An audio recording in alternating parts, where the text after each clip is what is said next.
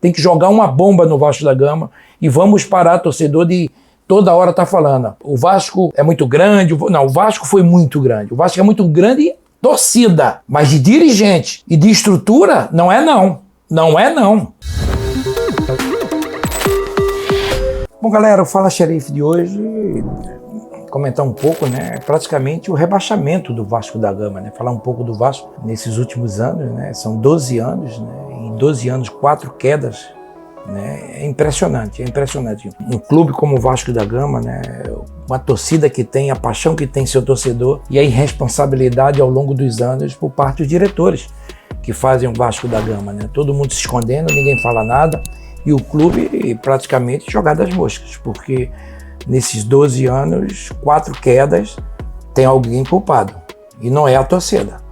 Acho que quando o Vasco precisou da torcida, ela chegou junto.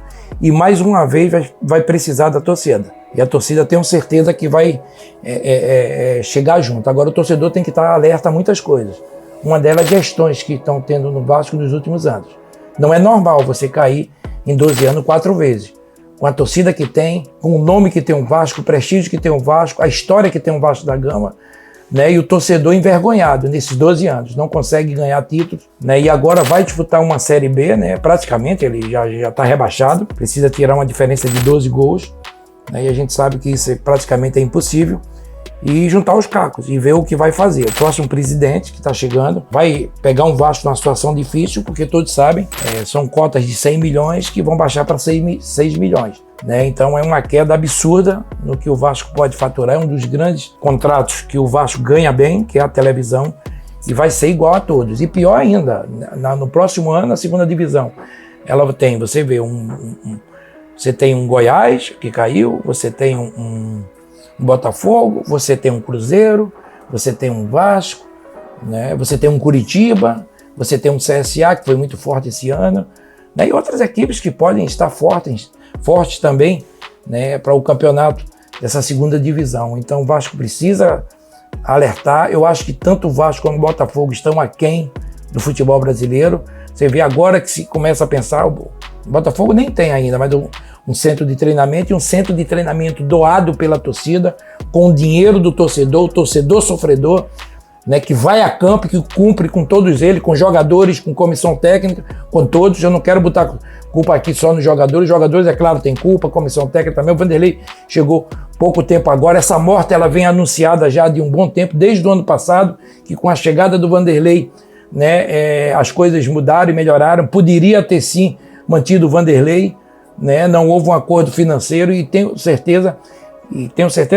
garantias que praticamente não fizeram uma proposta para o Vanderlei. Por isso que ele também saiu, porque o intuito dele era ter ficado naquele momento no Vasco da Gama e ter criado situações que o Vasco não passasse por esse vexame, o torcedor vascaíno não passasse por esse vexame. Mas é claro que todos são culpados, estão ali dentro do campo, né? Mas como eu te falo, o Vasco em 7 jogos, né, perdeu para o Curitiba em casa. O Curitiba, se perde aquele jogo, já estava praticamente rebaixado.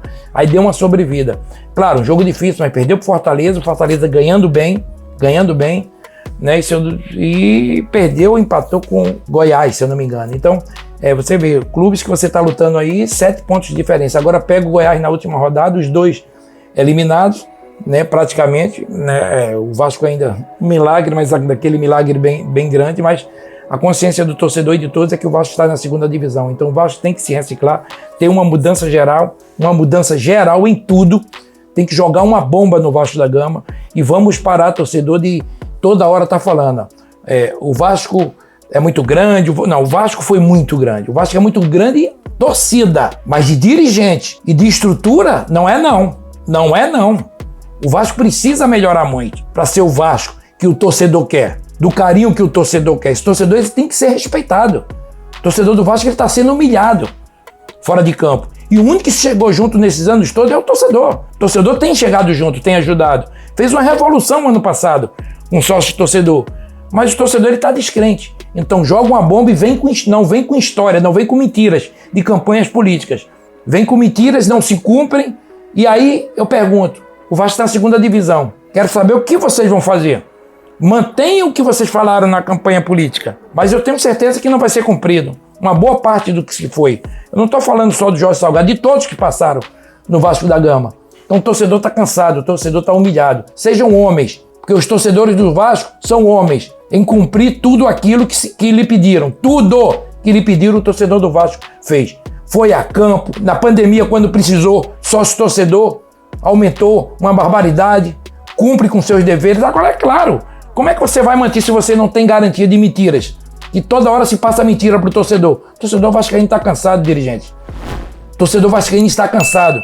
Reúnam, se reciclem. O futebol mudou, o mundo mudou. O Vasco ficou para trás. O Vasco não é isso.